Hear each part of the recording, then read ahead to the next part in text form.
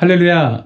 10분 성경 공부 시간입니다. 지난 2주 동안 우리가 죄에 대해서 같이 함께 성경적인 기본 개념을 좀 잡는 시간을 가졌습니다. 혹시 여러분들 듣지 못하신 분들 있으면 그 2주 동안의 그 성경 공부 강의 내용을 좀 한번 들어보시고요. 오늘 말씀을 또 같이 함께 우리가 또 보길 원합니다. 오늘은 특히 인류 최초의 그 죄가 인류 가운데 어떤 영향력을 주었는지, 그리고 우리가 어떤 영향력을 받으며 살아가고 있는지에 대해서 함께 나누길 원하고요. 그리고 죄에 대한 특성을 나누길 원합니다. 그러니까 인류 최초에 지은 그 죄, 아담과 하와가 하나님의 말씀에 불순종해서 지은 죄, 그 결과가 바로 하나님과 인간 사이의 관계를 깨트려 놓는 그런 일을 만들었습니다. 이게 창세기 3장에 나오는 내용이죠. 근데 이 인간의 죄가 어떻게 파급력을 보였냐면 바로 곧바로 창세기 4장에 보면 나오는데요. 그 창세기 4장에 보면은 우리가 흔히 잘 아는 가인과 아벨의 사건이 나옵니다. 하나님께 제사를 드린 그 일로 인해서 가인과 아벨 둘 사이에 사건이 일어나지요. 그 내용은 아마 다 잘 아셔서 설명하지 않아도 될 겁니다. 중요한 것은 뭐냐면 가인이 아벨을 살해하는 사건이 벌어진 겁니다. 물론 질투심, 시기심, 어떤 그런 감정이 가인 안에 들어가 있었지만은 중요한 것은 뭐냐면은 하나님과 인간의 관계가 깨지고 난 다음에 곧바로 인간과 인간 사이의 관계가 깨지는 그 사건이 벌어진 겁니다. 그러니까 죄라는 것은 바로 그런 겁니다. 하나님과 인간의 그 관계가 깨어진 그 죄가 이런 파급 효과를 낳게 된 거죠. 그래서 첫 번째 시간에 여러분들 기억하시는지 모르겠지만은 죄라는 것은 하나의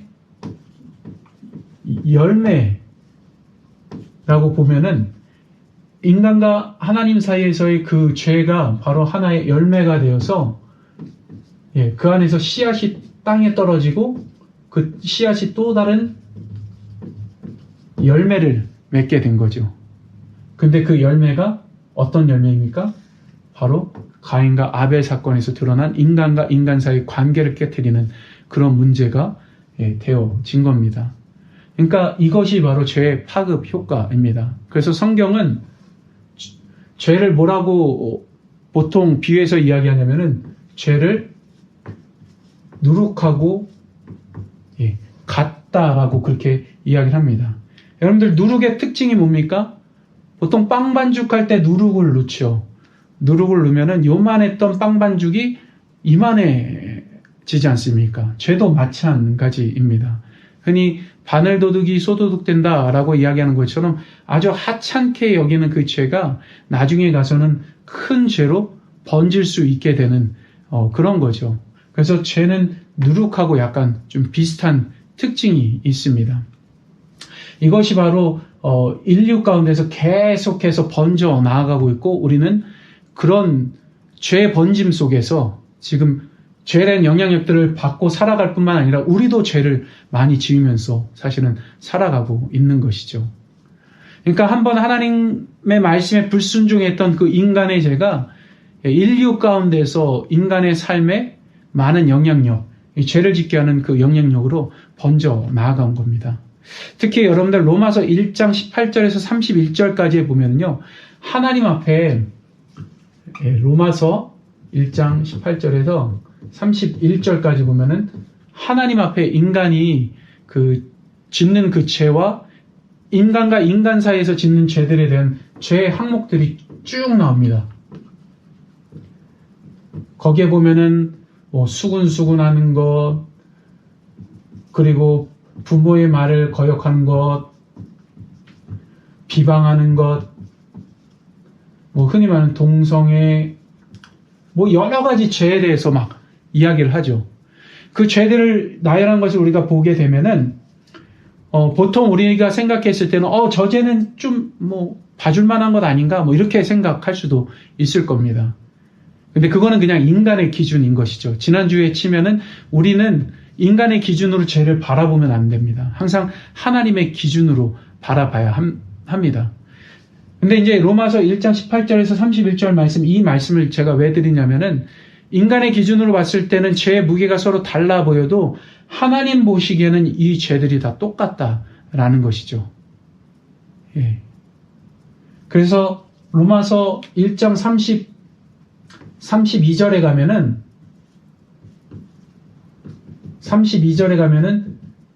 그 죄에 대한 어떤 대가라고 해야 될까요? 죄를 지면은 하나님께서 이 죄를 짓는 사람들을 어떻게 바라보시는지, 예, 그게 정확하겠네요. 그거에 대해서 나옵니다. 근데 뭐라고 말씀하냐면 이 같은 죄를 범하고도 그 죄를 옳다는 그런 사람들, 예, 그런 사람들은 다 사형에 해당한다라고 이야기를 합니다. 좀 과하게 사실은 표현한 그런 내용이긴 하지만 원어적으로 봤을 때는 죽어도 마땅하다라는 그런 표현하고도 사실 같습니다. 그러니까 하나님 보시기에 모든 사람들이 짓고 있는 그런 죄들, 그런 것들은 다 동일한 죄인 것입니다. 어떤 만큼이요? 죽어서도 마땅할 만큼. 그러다 보니까 로마서 3장 23절에 보면은 모든 사람이 죄를 범하였음에 하나님의 영광에 이르지 못한다라고 그렇게 분명히 말씀합니다. 인류 최초의 그 죄 자체가 하나님과의 그 관계를 깨트려 놓은 데다가 사실은 하나님은 거룩하신 분이시기 때문에 이런 죄인인 인간이 하나님 앞에 가까이 가는 것 그 자체가 말이 되지 않는 것이죠.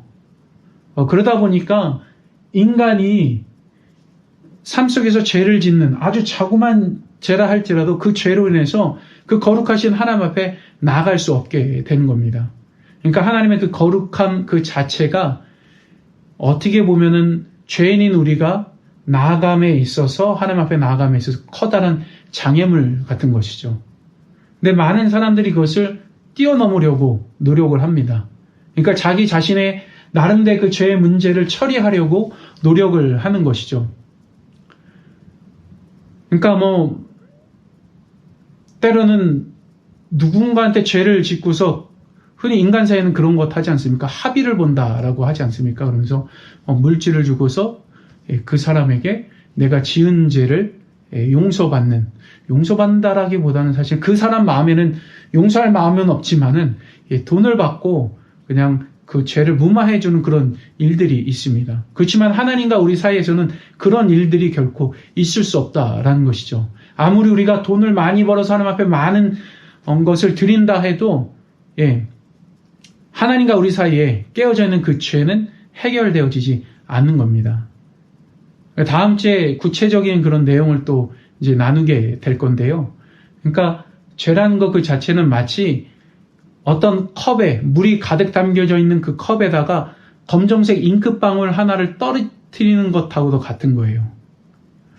그리고 인간들은 검정색 잉크로 더러워진 그 물을 깨끗하게 다시 되돌리려고 무엇을 하냐면 착한 일을 하거나 이런 것들을 하죠. 마치 물을 들이붓는 것처럼요.